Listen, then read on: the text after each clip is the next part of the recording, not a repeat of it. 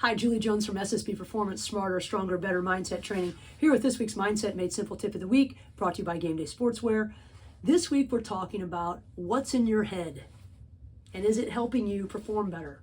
And as soon as I say what's in your head, it drives me directly back to the 1994 hit by the Cranberries, link in the story at ssbperformance.com for those of you that are way too young to know this song, but it's called Zombie, and it says, in your head, what's in your head, zombies, zombies, zombies, and we're always dealing with zombies in our head. Unhelpful self-talk. I am putting together a mental performance operating system. It's a workbook and a course with 6 different sections, and number 2 is self-talk. Number 2 is vitally important to our performance, because the way we talk to ourselves is as important as what we talked about last week in what we broadcast. Because the way that we talk to ourselves changes the way our brain functions, which changes the way our body functions, which changes our performance. I've been battling with my self-talk over the past few weeks like mad. We're going at it a lot. I slip into, oh my gosh, I can't believe this is going on. And then I have to slip into saying, you know what, at least blah, blah, blah, blah, blah, whatever that is. And part of that is because we're back at the Cleveland Clinic, my dad is, and we just got out about a week and a half ago, and it's been crazy. And now you can hear when I took him down to the ER this weekend, I thought maybe I should check myself in too, because I've been running, and finally something caught up. And when that stuff catches up, it comes with a whole load of other stuff that wants to outweigh or overtake us. And part of it has to do with what's going on up here. And it's easy to slip into a place that's not helpful if we're not careful. And as Trevor Moawad said, and it takes what it takes, and I quote, sometimes there isn't much we can do immediately to make our circumstances better, but we can do a number of things to make them worse. And I've had plenty of choices run through my head that would have made things worse. Number 1, feeling like, I can't believe this. Not helping. What do I need to do? It's those conversations that go on inside our head, the silent, unfiltered voice that runs rampant, that shapes our mindset, which directly affects our performance. And these thoughts that focus on what we don't have, or the mistakes, or what's going right, or what we do have, make a difference. They change the way our brain functions. And it's so important that we're aware and that we understand that we can manage them regardless of circumstances. Sometimes it's there to cheer us on. Sometimes it's our worst critic, and you know it. One over here, one over there, the devil, right? Who do you feed? The wolf, the good wolf. You know that story. But research in positive psychology and neuroscience tells us that the words we choose to either broadcast, but even more importantly, the words that we choose in our own head shape our emotional response, they influence our physical performance, and they can literally change our brain and the game. Whatever our game is, whether we're standing in front of people and trying to sell something, or whether we're trying to win with the last minute field goal or foul shot or whatever it might be. At the most basic level, self-talk impacts neurotransmitters in our brain. The 2 that it impacts the most are dopamine and serotonin. We know that dopamine is a molecule of more. It's a reward system. So when we use affirming and positive or productive self-talk, I like that a little bit better because everything's not always happy, happy, happy.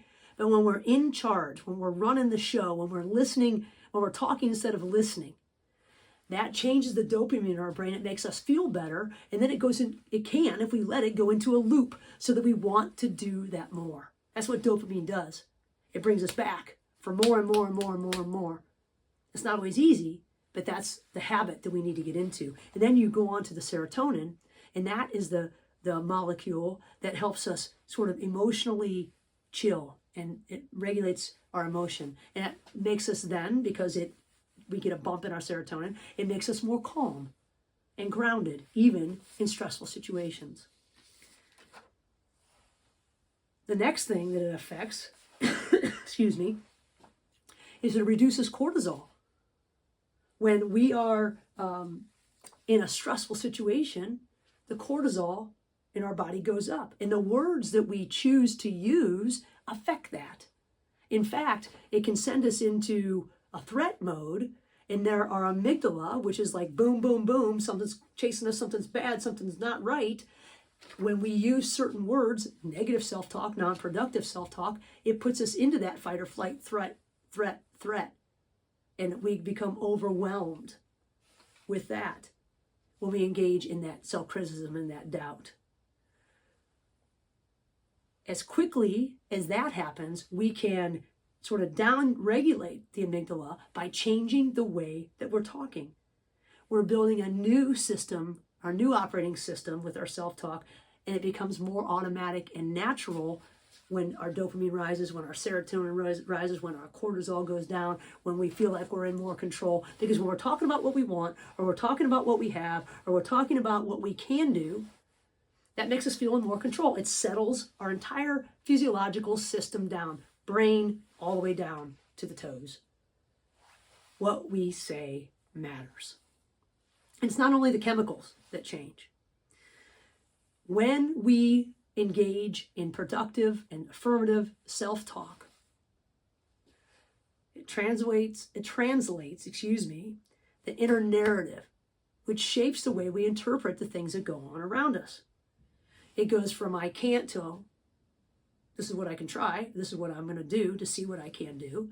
It goes from I'm failing to I'm learning. It goes from that judgmental to evaluation, and here's what I'm going to learn. In fact, Dr. Kristin Neff says that people who are kinder to themselves in the way that they look at their circumstances have less anxiety and less depression.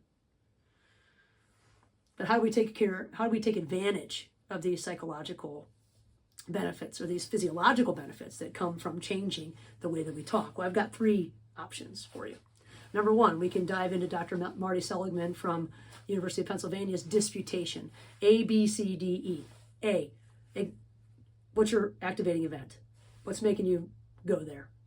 Well, I know what's making me go there lately, and I've been having lots of conversations with myself to try to stay out of the jackass mode, basically, right? What are your beliefs about that activating event? What are they? Irrational and rational. What are your beliefs? Then what are the consequences of holding those beliefs? There are consequences to the good ones, or the rational thoughts. There are consequences to the irrational thoughts. And now we're going to dispute. Now that we know there are consequences, probably the worst consequences come from the irrational ones, one would think. We're going to dispute those irrational beliefs. We're going to turn into a lawyer. We're going to say, that's not true. And the jury needs to hear it. This jury needs to hear it. And then at the E at the end is, how did our energy change once we looked at this from a different perspective? We've disputed it. We know that this isn't true because this is true. And both things can't be true. I know that facts are disputable these days for some reason, but 2 things, if it's rational and irrational, those both can't be true. They are mutually exclusive. So that's 1, disputation. Number 2, we can use and dust off our own implementation intentions. If then, we know what hijacks us. We know what throws us off.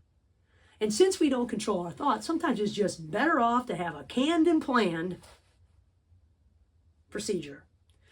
When this happens, or if this happens, this is where I'm going in my brain. I'm going directly to this because I know that this is going to help me stay on track, save energy, stay focused, reduce my anxiety, release some of the tension in my body. This helps me. So when this unhelpful thing comes up, I'm going to this thought because we don't control our thoughts. But power move number 1, as you all know, says we can always choose one thought over another. And under pressure, we're not so good at that. So an if-then implementation intention can be very, very helpful. Lastly, I'm going to go back to tip number 203, and we're going to talk again real briefly here about Dr. Becky Kennedy's AVP, acknowledge, validate, permit. And I add another P, plan/perspective. Acknowledge. There's that worry thought again. It's there. It's real. And if we try to pretend it's not real, we're wasting more time and energy than we have. It's not worth it. It's there. It is what it is, not what we think it should be. The V, validate. And this is change the way that I think. It makes sense that I feel this way. I'm not saying this, I'm letting it run me. It's not taking over, but it makes sense that I feel this way because it makes sense to be scared in this situation. I'm feeling a little worried, I'm feeling a little scared, and it makes sense. Plain and simple. And then we have to permit it. It's there. It is what it is. Again, excuse me, it's not what we think it should be. It is.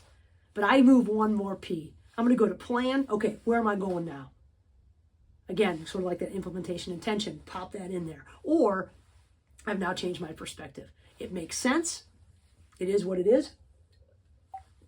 It is not driving the car. I am driving the car. I can still drive. I can still throw. I can still run. I can still talk. And I can still choose one thought over the other. I can change my response because I have a different perspective. Whatever tool you choose, whether it's one of those three or it's a simple question of, is this thought helping me? This will help us change our words, and that changes everything else about us, including the way our brain functions and the way our body functions. It's not easy. Trust me, I've been fighting mine all week, but when I do make that shift, I know I'm better for it, and you know it too. And if you're going to the NFCA convention in December, look for me, pre-convention seminar, no coughing, no voice. I mean, regular voice at that time. There's a link at ssbperformance.com/blog in this week's tip. You can go right there and register. Looking forward to that, and I'm looking forward to seeing you next week. Until then, have a great week.